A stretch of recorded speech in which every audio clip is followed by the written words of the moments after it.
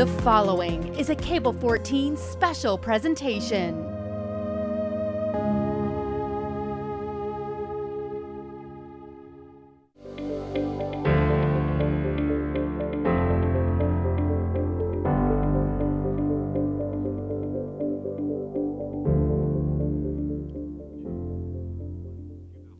Hello and welcome to this very special program regarding vaccinating your children against COVID-19. I'm your host, Val Cole. And over the next hour, we'll provide you with the information you need to make an informed decision regarding getting your children vaccinated. Joining me today are Dr. Elizabeth Richardson, Hamilton's Medical Officer of Health, Dr. Jeffrey Pernica, an infectious disease physician at McMaster Children's Hospital, Tracy Aikett, Clinical Leader of Child Life and Family Engagement Lead at McMaster Children's Hospital, Dr. Mike West, a family physician at Hamilton Family Health Team. Welcome to everyone on the show, and thank you so much for being here. Dr. Richardson, I'd like to begin with you to share some of your insights on this important subject. Thank you very much, Val, for that introduction. And it's so great to be here with all of the guests that you've got today to talk about childhood vaccines. We've been administering COVID-19 vaccines in Hamilton for over a year and are so pleased to be able to offer them to kids in our community. I'm going to go through, just give you a few quick slides about the importance of COVID-19 vaccination as part of our pandemic response and talk a little bit about the impact that they've had and our coverage here in Hamilton. So as we know, getting vaccinated against COVID-19 infection is really important, and it's important to prevent severe illness and death, particularly amongst those who are at high risk. Vaccines are used in combination with other things like masking, staying at home when you're sick, in order to prevent people from experiencing infection with COVID-19, but also particularly those severe outcomes. They're also very important, as we know, in protecting the healthcare system. So when people do get very ill and need to go into the hospital or perhaps even into an ICU, we know that then we're taking up healthcare spaces that could be used as well for other illnesses, in things like accidents or treatment for cancer, other things like heart disease and stroke. And so vaccines have played a very important role as well in protecting our healthcare system overall. And of course, most importantly for our children, they're very important as part of protecting in-person learning and other activities, whether it's sports or chess club. We know that through the use of both vaccines and those public health measures that I've mentioned, that we can protect in-person learning, keep our kids in school, and keep us getting back to regular activities. We're very pleased to see, as we've been moving through this phase, that our rates are coming down, and vaccines have been a very important part of that. Vaccines do overall work. And I just want to stress that these numbers that you see on this slide here today is about our own Hamilton data. So these are amongst those who have experienced COVID-19 infections here in Hamilton, but they're also for all ages. So they're not just for kids. And what you'll see here as you look at this data is we do see that severe outcomes are more likely to happen in those who are unvaccinated. So this is data from August 18th until February 16th, and there are clearly some identifiable trends.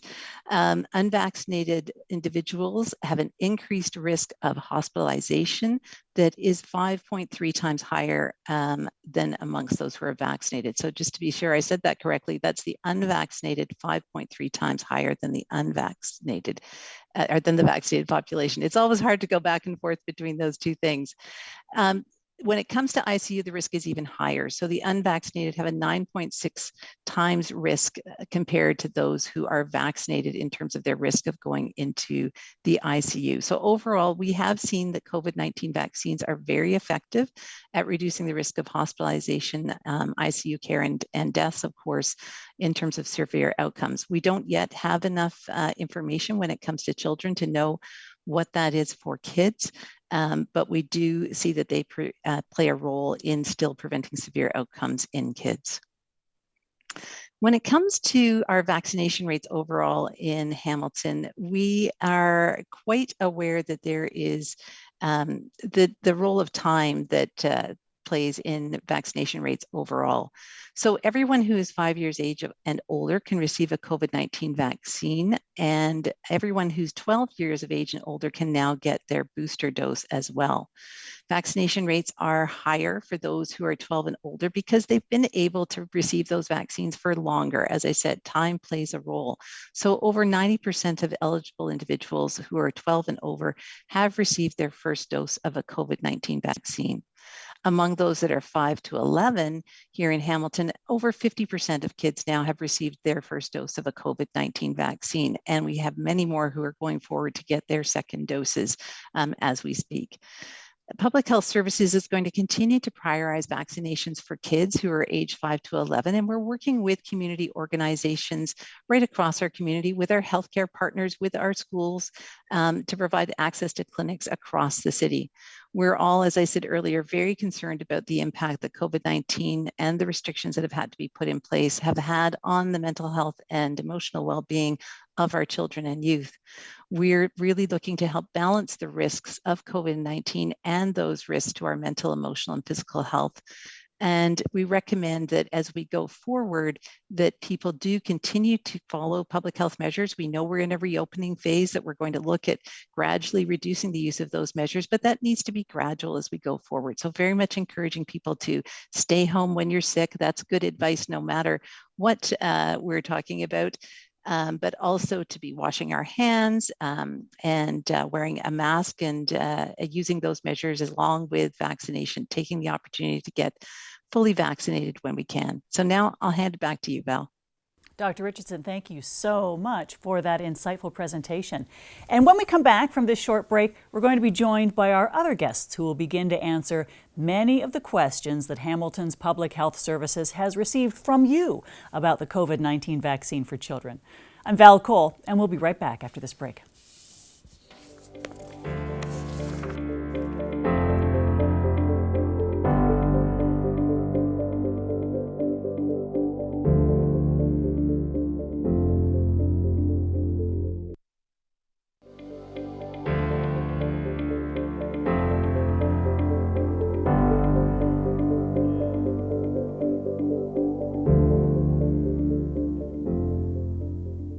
Welcome back. I'm Val Cole, and we're discussing vaccinating your children against COVID-19 with my special guests, Dr. Elizabeth Richardson, Hamilton's Medical Officer of Health, Dr. Jeffrey Pernica, an infectious disease physician at McMaster Children's Hospital, Tracy Aikett, Clinical Leader of Child Life and Family Engagement Lead at McMaster's Children's Hospital, Dr. Mike West, a family physician at Hamilton Family Health Team.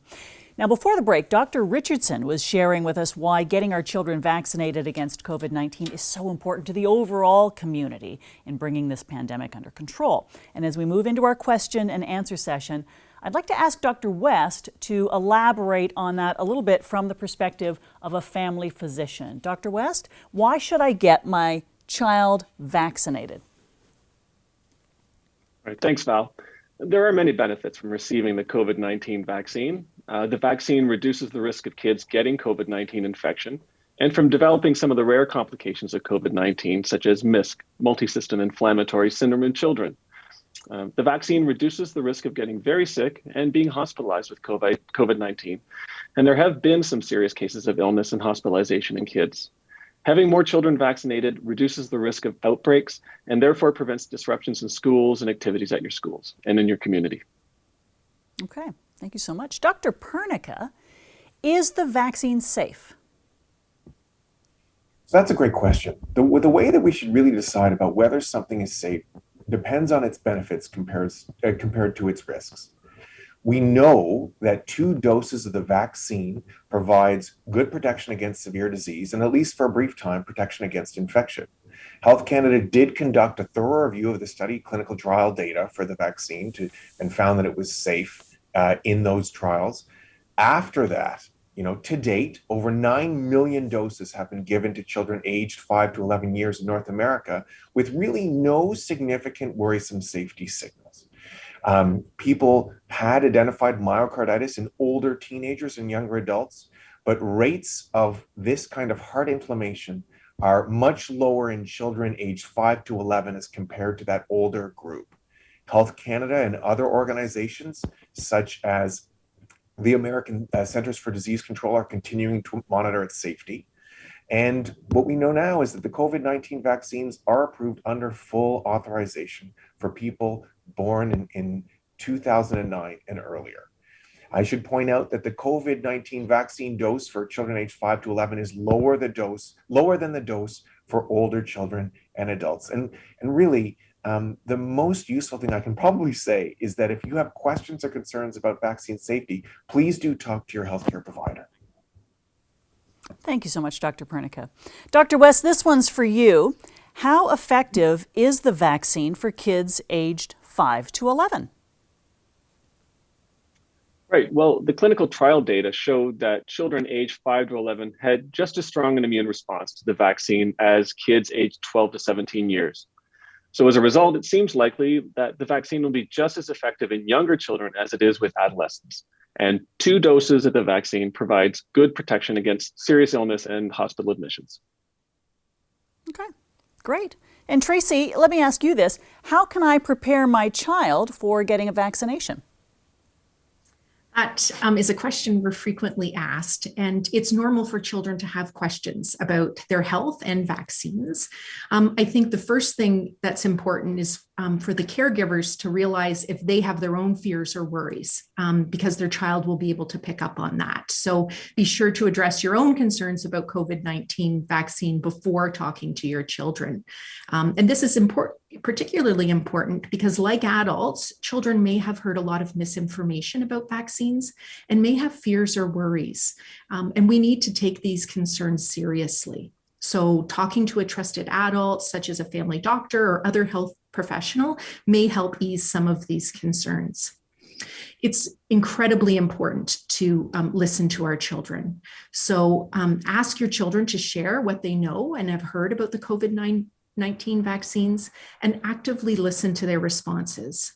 Take cues from your child. If they want to know more, they will ask, and honesty is important. If your child seems anxious, use play or drawing to help younger children explore their fears or concerns. Older children may try writing down their feelings or using slow, deep breaths to help them relax and keep calm. And it's important to talk to your children about getting the vaccination and share information in an age-appropriate way. So younger children, shorter words, simplified information, and then for the older kids, using information at a level they can understand. Great advice, Tracy. Thank you. Dr. Richardson, back to you for this one.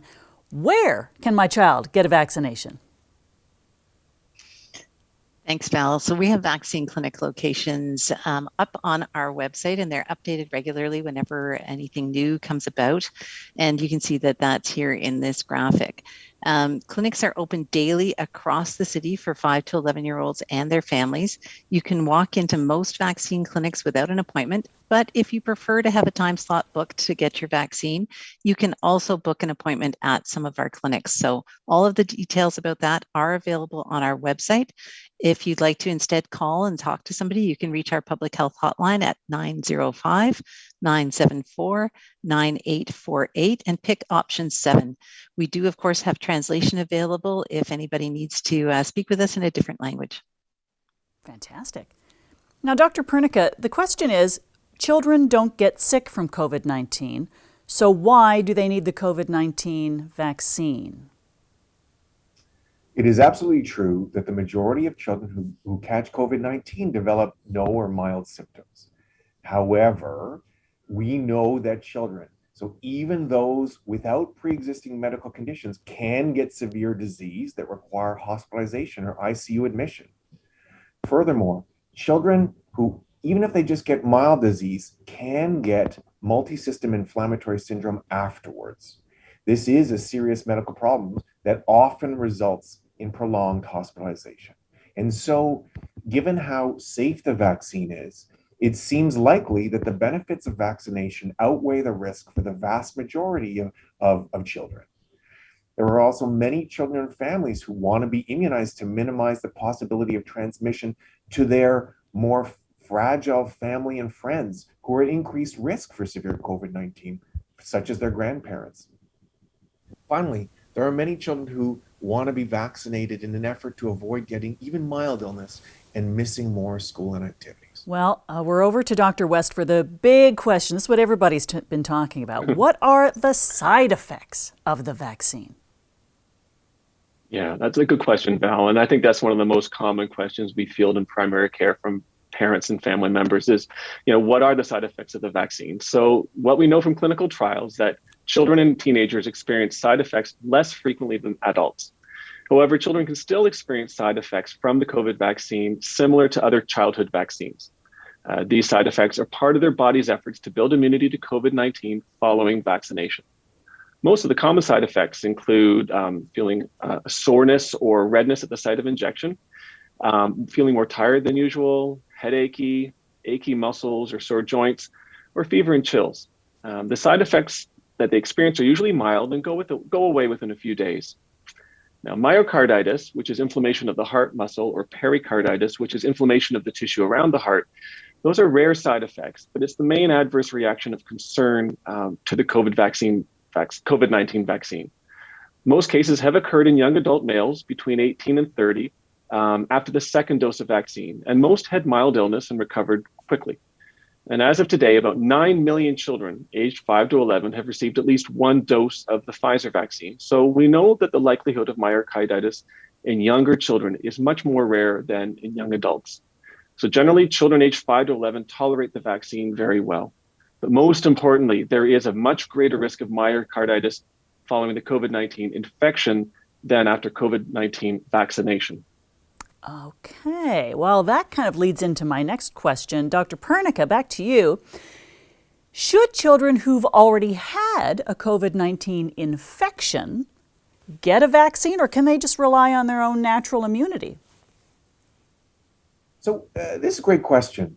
And it seems likely that vaccination after regular infection, natural infection, will lead to a longer term protective immune response than just getting infection alone. It seems like the best time to do this, the best time to get vaccinated after actual COVID, is about 8 weeks later. And so that is when we would generally recommend to pursue vaccination. Children who develop multisystem inflammatory syndrome should probably be vaccinated at least 3 months after the diagnosis of this syndrome, again, to prolong their immunity. That's great information to have. I didn't know that. Tracy, we haven't forgotten about you. My child is afraid of getting needles. What can I do to make them more comfortable? I think for me, a silver lining of the pandemic is actually bringing up and talking about vaccinations, because it's an important part of healthcare. And so I embrace this opportunity to share with people things that they should keep in mind and to improve their child's experience. First and foremost, prepare your child ahead of time. So read stories about what happens when you visit the doctor, offer honest explanations about what to expect, and prepare your children the day before. If your child's a little anxious, then maybe not the day before, maybe a few hours before. You know your child best. We want them well rested to cope as ideally as possible. Describe the steps of the process. Children do not like to be surprised. So we check in, we meet the vaccinator, we answer some health questions, have to decide which arm to use, roll up their sleeve, clean their skin, so cold and wet, apply ice if they'd like it, which I highly recommend. It helps numb the area. It's important for them to hold still so that we put the injection where we've had the ice, apply a Band-Aid afterwards, and sit for about 15 minutes before they get to go home. So, it's important to tell them all of these things so that they're aware and they can understand how to cope. So with things like pain management, sitting still, breathing deeply, keeping the arm that's injected nice and relaxed like a noodle so that the muscle isn't so tense. It's important to get comfortable. So, plan ahead, bring a comfort item, something that makes them feel comforted. Wear clothing that easily allows access to the upper arm. I recommend t-shirts under winter coats if it's cold outside, because it's a lot easier than trying to pull up a sleeve. And it's important for them to sit in a comfortable position. So, engage your child in this process and ask them what they would like to bring with them and what would be helpful for the distraction. And when we think about part of this process, it's celebrating afterwards. And so have a plan for a way that you'd like to celebrate after getting the vaccine. So that could be a simple thing like picking a movie to watch that night, or what to have for dinner, or stop for a special treat on the way home. When we think about minimizing what children experience for the injection itself, as I said, I recommend ice. There are also very effective numbing patches that can be purchased at pharmacies and applied about an hour in advance. It's important that parents apply it in the right location, so not too high and not too low, because that obviously will maximize its effectiveness. When we think about actually providing the injection itself, it's important to draw your child's attention away from the needle, particularly if they're nervous or anxious. And that distraction that you divert their attention to is ideal if it's an activity that they enjoy doing in a sitting position. So maybe playing with an I Spy page, watching a movie, or playing a game on a phone or tablet. A teen or older youth might want to listen to music, or having a conversation about something they like. And also tell your child they can help themselves relax by taking slow, deep breaths. One of the last things I think that's important to highlight is positioning your child for success. And it's important more often for children to feel in control, and that's often done by sitting up. So having your young child sit in a hug in front of you with your arms around them, not squeezing them too tightly because that makes people feel uncomfortable, but just a nice gentle hug. And they can sit facing away from you or facing towards you. Ultimately, what's important is that the arm receiving the injection is exposed. Unless your child is known to faint, I wouldn't recommend having them lay down. It's better that they actually sit up, because laying down can increase their fears. And for our older children or confident 5-year-olds, they're welcome to sit on their own if they wish, as long as their arm is exposed and they hold still. So just check with your clinics that you attend. Some of them do have additional supports like ice or private areas, fidget toys, and other items to help with distraction and pain reduction. And always know that you can stay with your child when they receive their vaccine, and children find that incredibly comforting. Fantastic advice. Really appreciate that, Tracy. Dr. Richardson, now what should parents do to prepare their child for vaccination? Part 2 to that question is, what should parents bring to the clinic? Yeah, thanks, Val. Tracy's provided some really great information. And I think, whether your child is afraid of needles or not, those are steps to think about for every person who goes forward for vaccination. In fact, I think some of us might like those things even as an adult, as we're getting ready and being prepared. But, a few more things to think about are making sure that your child eats and drinks as usual to prevent that feeling faint or feeling dizzy when you're getting vaccinated. I know sometimes people think, well, it's better to wait until afterwards, but it's so important to have food in our stomachs and just carry on with our normal routine through the day as we're getting ready to go to the clinic.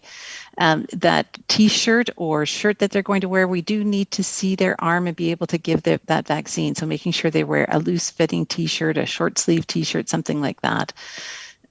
Packing a mask, of course, as long as we're continuing to use masks, a favorite toy, a stuffy, downloading a show, so you have it ready with you on your device when you bring it to the clinic.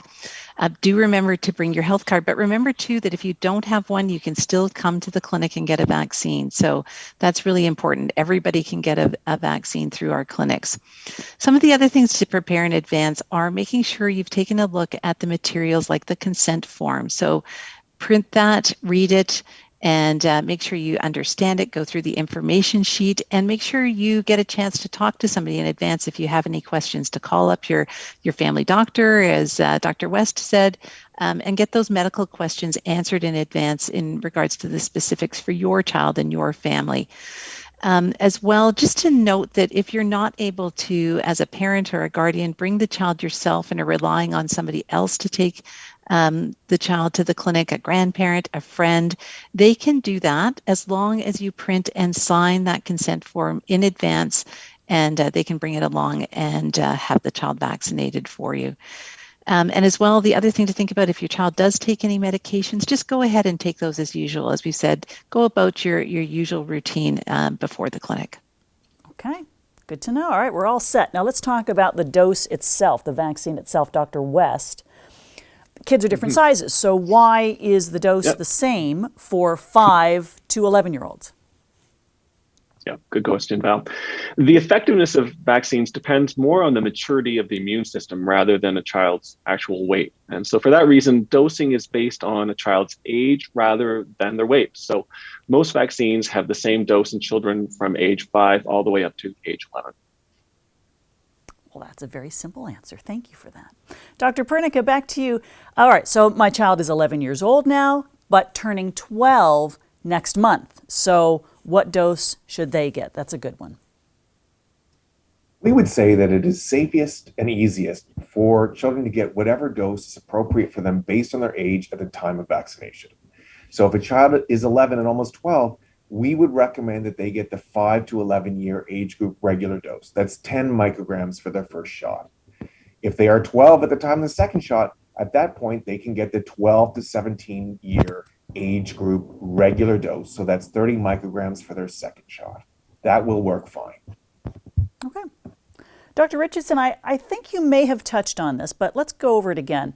Do I have to give consent for my child to receive the vaccination? Thanks, Val. An important question. You know, in Ontario, we have the Healthcare Consent Act, and that's the law that sets out the rules about when consent is required for healthcare and who gives that consent. You know, not many of us think about those things until something comes up, like COVID-19 vaccination and other vaccines that we do in schools as well. But like other medical procedures, informed consent is needed before a healthcare professional will administer the COVID-19 vaccine. And as part of that consent process, the healthcare professional will talk with people about the COVID-19 vaccine that is being administered, who it is that's going to administer it, whether it's a doctor, a nurse, a pharmacist, the benefits of getting the COVID-19 vaccine, as well as the risks and side effects of the COVID-19 vaccine. They have to talk too about the likely consequences of not getting vaccinated.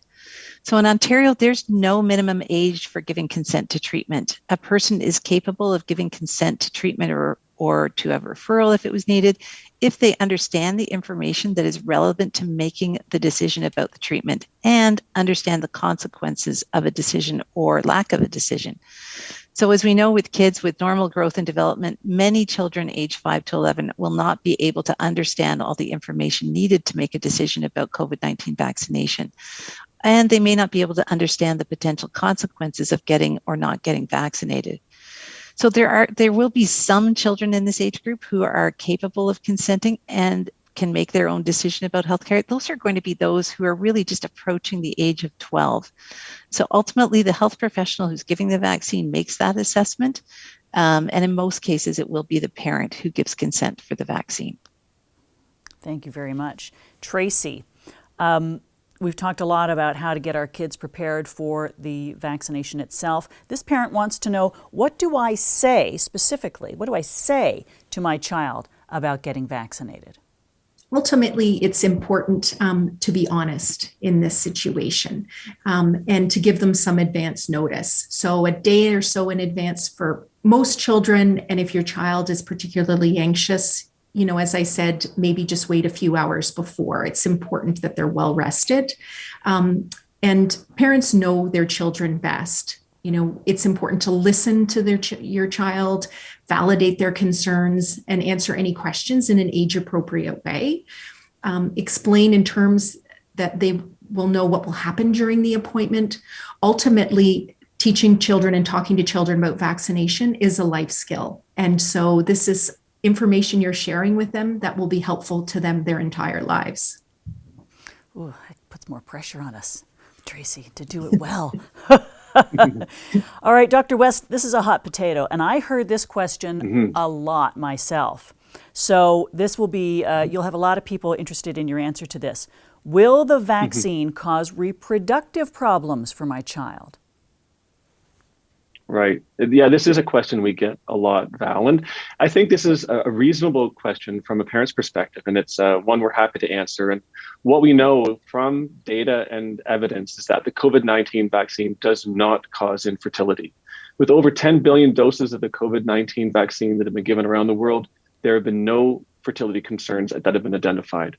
Ongoing research and vaccine safety monitoring has shown no impact on fertility, and it's something we will continue to monitor. But so far, no evidence of any fertility problems or problems getting pregnant, and also no evidence of any significant menstrual irregularities either.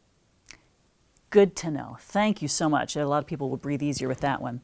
Dr. Pernica, if your child has allergies, should they get the vaccine? Allergies, that's a good one. Oh, definitely. The vast majority of people with allergies can get all recommended vaccines, including the COVID-19 vaccines. Even if someone has a food or a drug or environmental allergy, the vaccines are safe. Rates of anaphylaxis to the COVID-19 vaccine are very low. And up to the present time, there are a few people who there was suspected anaphylaxis. We have safely reimmunized all children referred because of suspected vaccine allergy to the McMaster Children's Hospital Special Immunization Clinic. Now, serious allergic reactions to any vaccine are very rare and can be treated. To be safe, everyone who gets vaccinated with any vaccine product, not just the COVID-19 vaccine, is monitored for at least 15 minutes in case an allergic reaction occurs. Yeah, that's why we sit there. Okay, thank you. We have time for one more question, and I'm going to toss this one over to Dr. West again. My child has had their first vaccine, so when should I take them to get the second dose? Yeah, another great question. So NACI, the National Advisory Committee on Immunization, we've heard a lot about this organization. They recommend a dosing interval at least 8 weeks between the first and second doses to get the best immune response and to decrease side effects, risks like myocarditis. However, with informed consent, a 21-day interval dose between Pfizer doses is permitted. But if that's of interest, you should consult with your family doctor, pediatrician, or pharmacist if you have any questions about the benefits or the risks of the COVID-19 vaccine. Fantastic. Gosh, thank you so much, Dr. West, and all of you for your great answers. And thank you for your questions, too. Those were really good. Before we wrap up today's program with some closing thoughts from Dr. Richardson, please watch this short video presentation that shows us what we can expect when we take our children to receive their COVID-19 vaccination.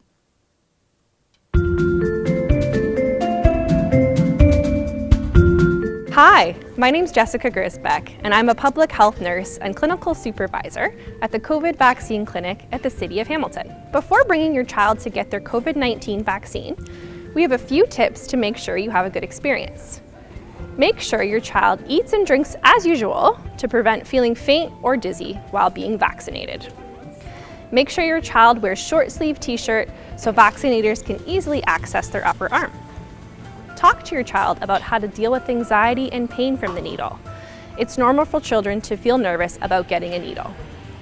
Pack a mask, favorite toy or stuffy, or download a show on your device to bring to the clinic. Make sure you have your child's health card. Read and print the vaccine consent form if a parent or guardian will not be bringing the child to the vaccine clinic.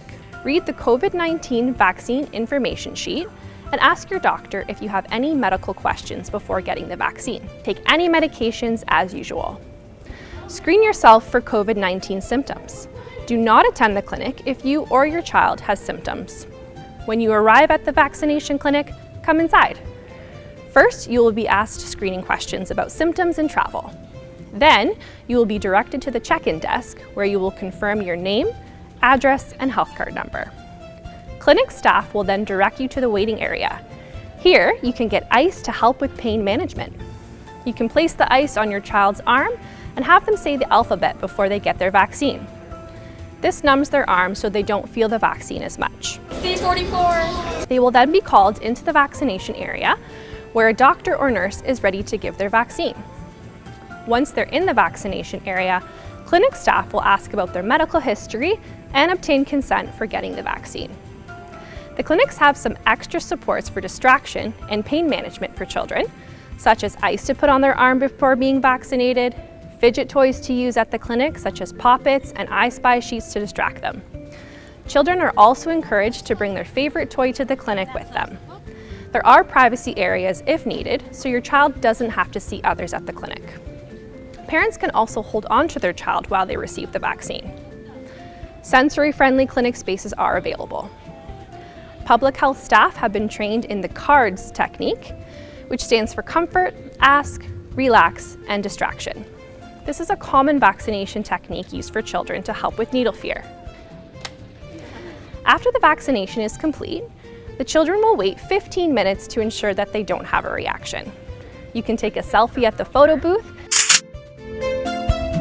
and then pick up your proof of vaccination at the checkout desk. We did it! If you have any questions, talk with your healthcare provider or visit hamilton.ca/child vaccine. For all of our clinic locations, visit hamilton.ca/getyourvaccine. All right, that's great information. I'd really like to thank all of my guests for being here tonight. Now, you've all been on the front lines of COVID since it started. So on behalf of our entire community, we thank you.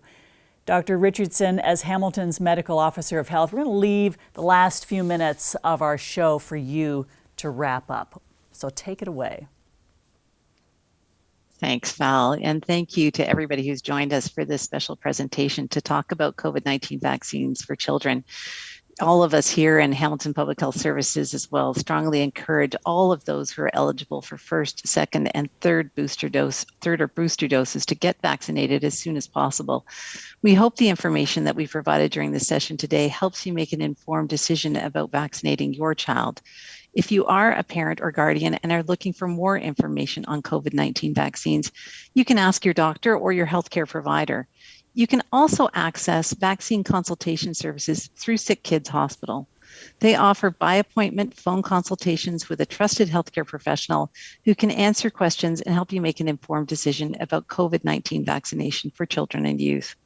Information on how to access this service and answers to many more questions can be found on the City of Hamilton website at www.hamilton.ca/childvaccine.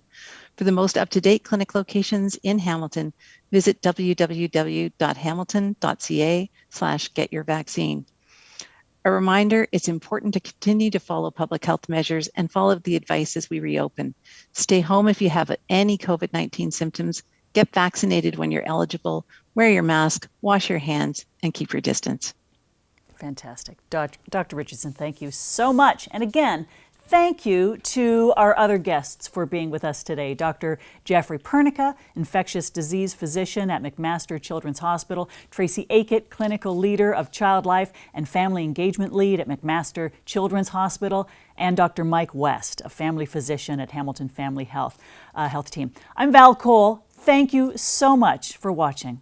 Good night.